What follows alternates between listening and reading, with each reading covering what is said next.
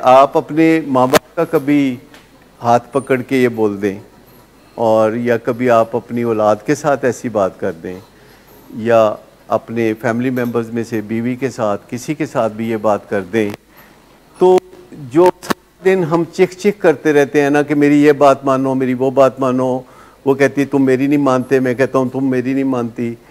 तो सबसे जो बड़ी कुव्वत है जो किसी से बात मनवा सकती है वो एक्चुअली विल नहीं है, वो लव है।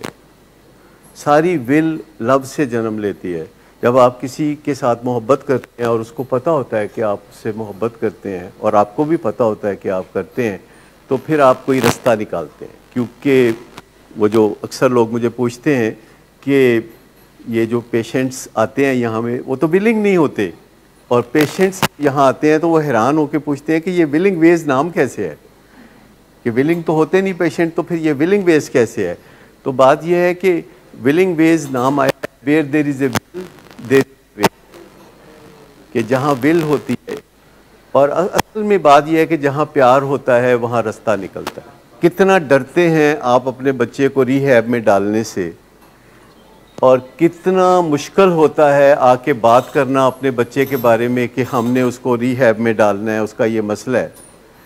और ये कितनी हर्डल्स होती हैं, कितनी रुकावटें होती हैं, पाँव मन मन के हो जाते हैं जब इधर का रुख करते हैं।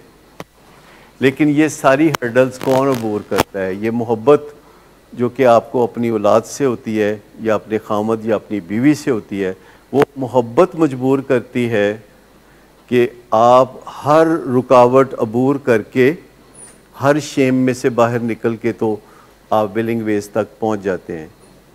तो विलिंग वेज एक्चुअली लविंग वेज हैं, आप उसको जैसे भी लें। तो मोहब्बत के अलावा और कोई तरीका नहीं है हमारा आपको मुतासर करने का। हम बाजू नहीं मरोड़ सकते, हम ज़बरदस्ती नहीं कर सकते। आपके दिल के ऊपर दस्तक दे सकते हैं, और दरवाज़ा हमेशा अंदर से खुलेगा। दिल का दस्तक बाहर से होगी, दरवाज़ा अंदर से खुलेगा। लेकिन दस्तक देनी चाहिए दिल के दरवाजे पर, उस दरवाजे को तोड़ के तो घुसने की कोशिश नहीं करनी चाहिए, ना हम कभी करते हैं। जब भी आपसे बात करते हैं, आपकी बात का मान रखते हैं, आप कहते हैं नहीं मैंने नहीं ठीक होना, तो हम कहते हैं अच्छा देखते हैं, इंतज़ार करते हैं, और फिर मिलते रहते हैं, और फिर सचमुच होप करते हैं, और फिर ऐसा हो जाता है। और वो करने वाला ऊपर वाला है। बंदे का काम है कि बीच में एहतमाम कर दे, ज़ख़म के किनारों को जोड़ दे, टांके लगा दे, लेकिन ज़ख़म हील होते हैं अल्लाह के फजल से।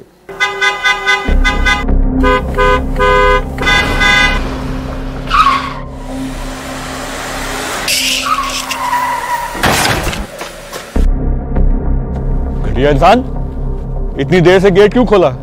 सोए हुए थे तुम क्या? सर मैंने तो मिनट भी बकवास ना कर तुम मेरे साथ। क्या कर रहे हैं आप?